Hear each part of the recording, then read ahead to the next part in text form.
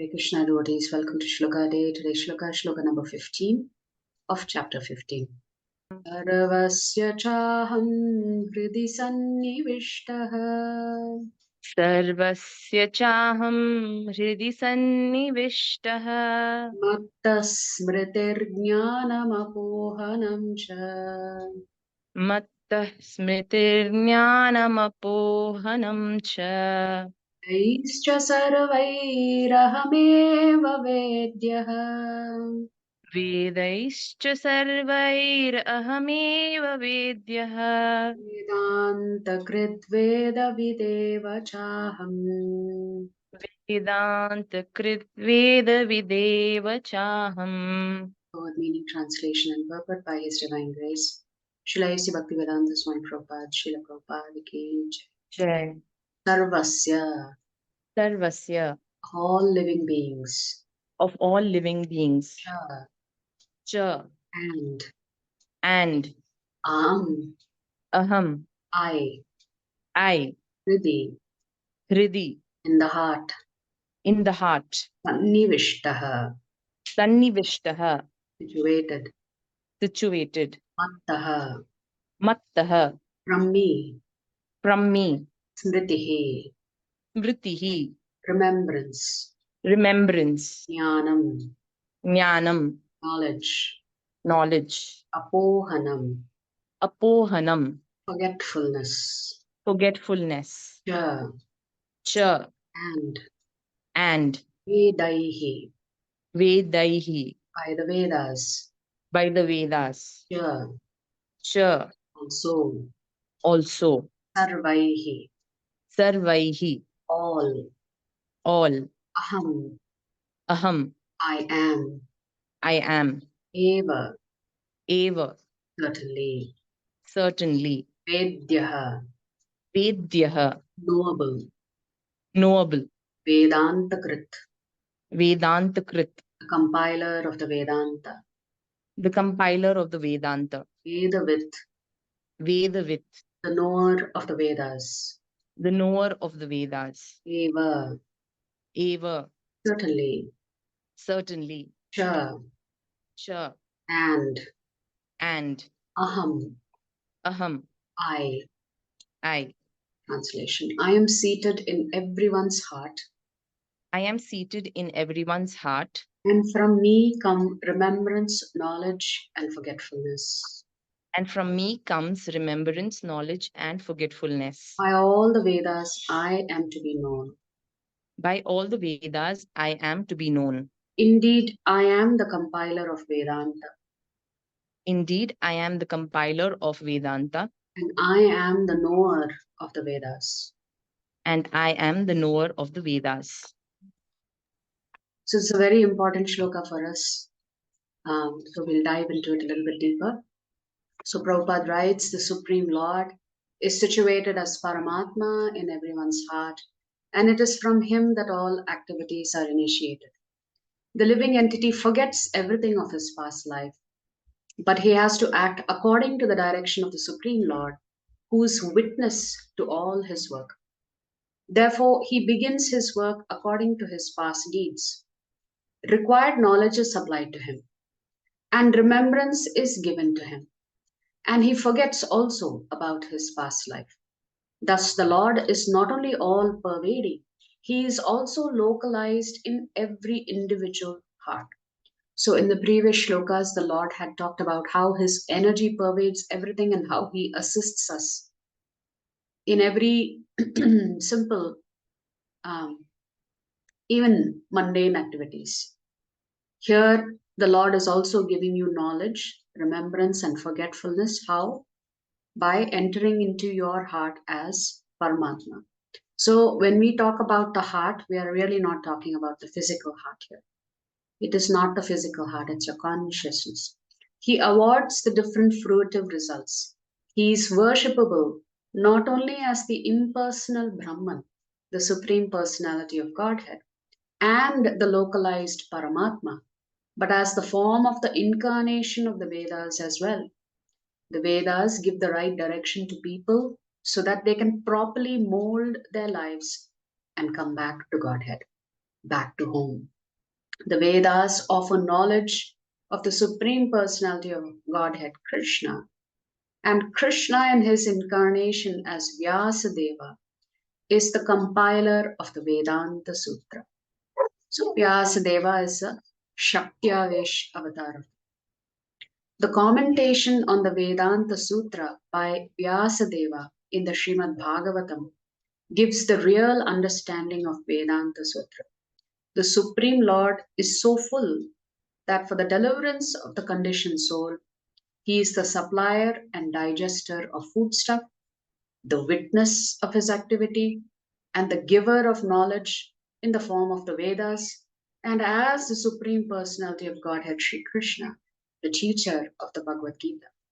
He is worshipable by the conditioned soul. Thus, God is all good. God is all merciful. So, Chaitanya Charan Prabhu writes I just picked up a sentence from one of his lectures. In this particular shloka, he writes that the first part of the verse talks about how Krishna acts internally, and the second part shows how Krishna acts externally. And both parts together talk about how Krishna strives to elevate us. He strives actually. So Krishna is working very hard to get you back to him. It's just that we don't recognize his presence. That is our misfortune. In this verse, from another parampara, in this verse, Lord Sri Krishna says that he has bestowed upon us this amazing ability of memory and knowledge. While the mind and the intellect are like software, the brain can be considered hardware. Yet this mechanism of the brain is way beyond the human understanding. Although there is vast development in technology, there are many areas where the scientific community is still struggling. For example, surgeons who perform brain transplant get delighted with their feat, but do not fully understand its functions. Another example is of face recognition technology. It is remarkable that humans can very easily recognize someone they meet after several years, even though there are many changes in their looks. Whereas present day computers sometimes cannot even recognize unchanged faces. How amazing it is that while the scanner software finds it difficult to read even typewritten text, humans can read even sketchy handwritings without much effort. Such are the mysteries of the human brain which the Supreme Lord has created. Shri Krishna says that he has also given us this power of forgetting the past. Similar to how unwanted records are deleted from a computer, living beings wipe off unwanted memories. Else there would be an information overload. Uddhava says to Shri Krishna, Tvatto jnanam hi jivanam paramoshastetra shaktitaha. From you alone, the knowledge of the living being arises, and by your potency, that knowledge is stolen away. So the Lord gives us knowledge, the Lord also steals away our knowledge. Other than the internal knowledge that we carry, there is another source of knowledge that is from the scriptures. In this verse, the Lord has further revealed his glories in regards to the manifestations of the Vedas. So, in one way in which the Lord is helping you is remembrance, knowledge, and forgetfulness. That is internally the Lord is helping you like that. The other way that the Lord is helping you externally is he's left behind the Vedic scriptures for you to come to the right path and make progress. God is divine and all his creations, including the Vedas, are divine. He alone is the knower of their true meaning, and only by his grace can a fortunate soul know the Vedas. Vedavyas, the author of the Vedanta Darshan, is considered to be an avatar of God, and Sri Krishna has specifically mentioned that he is the author of the Vedanta. So when the Lord is saying he himself has authored the Vedanta, he is referencing himself as Vedavyas. Eventually, he says that although the Vedas give out numerous instructions, both material and spiritual, the final objective of all knowledge is to know him. The purpose of the rituals and ceremonies instructed are to lure people back from the material world towards spirituality. They act as an intermediate step to detach them from their materialistic mindset and direct them towards God. So it's like the Vedic scriptures act like a bridge from the material world to the spiritual world. But unfortunately, we are using that bridge to enhance our material life. The Kathopanishad states, Sarve Veda Yat Padama Padamamanandi. All the Vedic mantras are actually pointing towards God. Memorizing and reciting the Vedic mantras in proper meter, following all the rituals, meditating, or even awakening the Kundalini power, all will be worthless if we do not know God. Only those who have learned to truly love God have understood the real teachings of all Vedic scriptures. His Grace Chaitanya Charan Prabhu writes in one of his commentaries on this particular shloka, there are three steps that we need to take in the process of spirituality. First is our intention. What is our intention when we are worshipping the Lord? The second thing is our attention. How attentive are we when we are worshipping? And the third is our affection. Do we really genuinely have affection for the Lord? So three things: our intention, our attention, and our affection.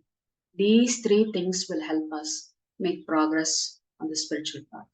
So in the next two verses, Sri Krishna has describes the terms Kshara, Akshara, and Purushottama and given proper perspective to the knowledge revealed so far. So a few of us may be thinking, if the Lord is residing within us and our Shastras say that He is a witness, should we be afraid? Because the Lord is witnessing every thought, every action, every intent. He knows you inside out. He actually knows you better than you know yourself. But Chaitanya Charan Prabhu writes very nicely, the reason that the Lord is sitting there as a witness is to actually coach us. It's not to catch us doing wrong. Krishna is present in my heart. That means He has the best vantage point to catch all the wrongs that I do. If such fears bother us, that's usually because we have mistakenly divorced Krishna's inner presence from His overall purpose. One is the Lord's presence, the other is the Lord's purpose. The Lord's presence doesn't mean He is looking to punish you. He is there to help you. Such a mistake may happen because we may carry into our devotional life past conceptions of God as a strict judge, or we may project onto Krishna our past unpleasant experiences with a nagging elder. To prevent such misconceptions, Gita wisdom integrates the fact of Krishna's indwelling presence into an endearing vision of God as a supremely loving and lovable person. Krishna loves us so much that He descends repeatedly for inviting us to His personal abode for a life of eternal love. If the Lord didn't love us and care for us, He would not come down. He can just be happy wherever He's enjoying His pastimes with the Nitya Siddhas. And He shares Gita wisdom to explain the supreme glory of divine love and the ultimate futility of everything else. To help us assimilate this message of love, He becomes our constant inner companion. As the Bhagavad Gita 15:15 indicates, His purpose is not to catch us when we do wrong, but to coach us for doing right. He desires the best for us, even more than we desire it for ourselves. Prabhupada frequently said that the Lord wants us more than we want Him. The only catching He looks forward to do is to protect us when we fall, just as a loving parent expertly catches a beloved child who's about to fall. He coaches us through flashes of inspiration and through the voice of conscience regularly. There are a lot of times there is an inner voice that tells you that you've done something wrong. We have to listen to that voice and act on it. More importantly, when we show Him our intention to love Him, He transforms life into a living classroom. wherein the events of daily life become demonstrations of spiritual truths. How beautifully written. So every day is a classroom for us. We are in the classroom of life, where the Lord is constantly reminding us of His presence. Life with such a loving coach is a life of ever-growing wisdom and ever-deepening devotion, a life worth cherishing, not at all a life worth fearing. So there's nothing for us to fear about what is happening to us in our life. You know, a lot of people live in fear of their past activities, past karma. And here it is clear we don't need to worry.